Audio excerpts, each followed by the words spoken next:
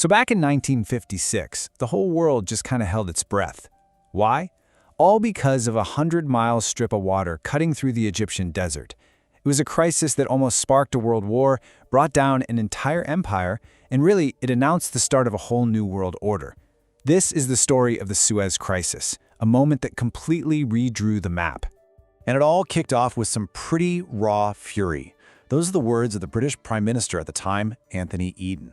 For him, you see, this wasn't just about a canal. No, this was a matter of life and death for his country. And that one sentence, man, it just set the stage for a conflict whose aftershocks we can still feel today. All right, so picture this. It's July 26th, 1956.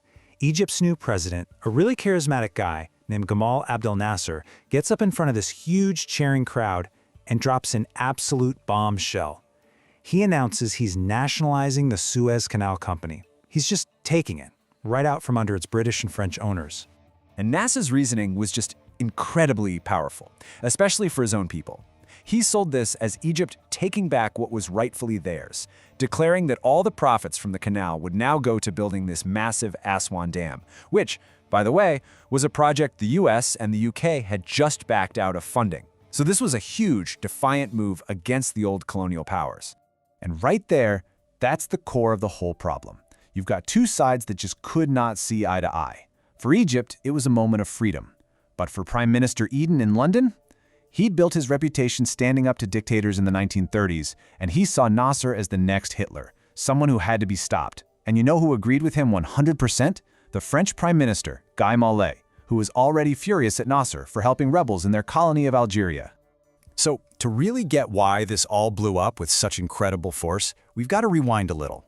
Why was this one little waterway so important that countries were actually willing to go to war over it? You see, for Britain, the canal was everything. It was their imperial lifeline, the artery that connected them to India and the rest of their empire in the east. After they bought a huge chunk of it in 1875, they basically occupied Egypt just to keep it safe. But by 1956, things were changing. That empire was fading. In fact, the very last British soldiers had left Egypt just a few months before Nasser made his move, which made the whole thing feel like a direct slap in the face. If you want one number that explains all of this, here it is: 5,000. That's how many miles the canal shaved off the trip from Europe to Asia.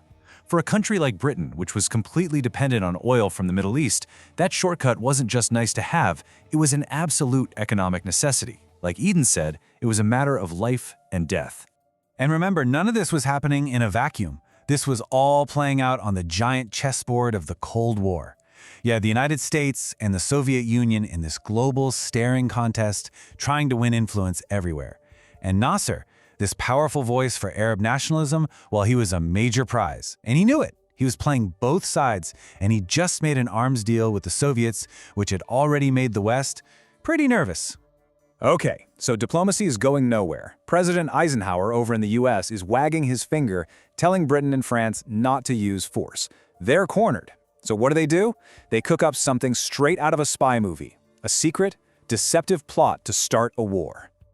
Get this, in a quiet villa near Paris, guys from Britain, France, and Israel hatched this whole conspiracy.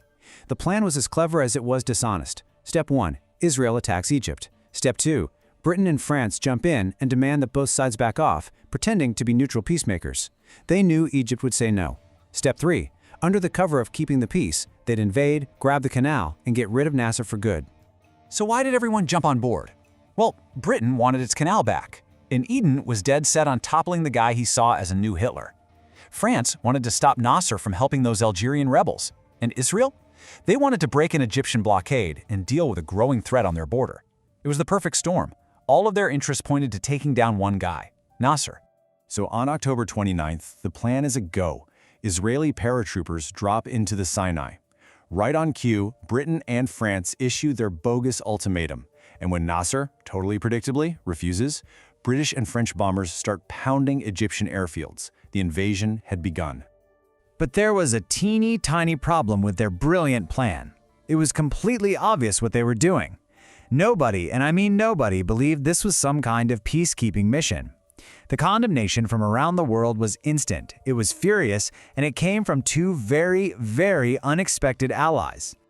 In this right here is the moment the world really, truly flipped upside down. The two great enemies of the Cold War, the United States and the Soviet Union, were suddenly on the same side at the United Nations. Eisenhower was livid that his own allies had lied to him. And the Soviets? They started making not-so-subtle threats about firing rockets at London and Paris. But you know what? The invasion wasn't stopped by bullets or bombs. It was stopped by the bank. The political heat was intense, for sure. But the real killer blow came from the United States. As the global markets started to panic and the British pound began to crash, President Eisenhower stepped in and blocked a crucial loan from the IMF that Britain desperately needed to stay afloat. And just like that, it was checkmate. Facing total economic collapse and being frozen out by the entire world, Eden had no moves left. Just 2 days after his troops landed on the beaches, he was forced to announce a ceasefire. The invasion was over. It was an absolute world-class humiliation, with everyone watching as British and French troops packed up and were replaced by the first-ever United Nations peacekeeping force. The actual fighting only lasted a few days, but the fallout from this whole disastrous adventure, it would permanently change the balance of power on the planet. The world after Suez was a completely different place. So let's look at the final scorecard.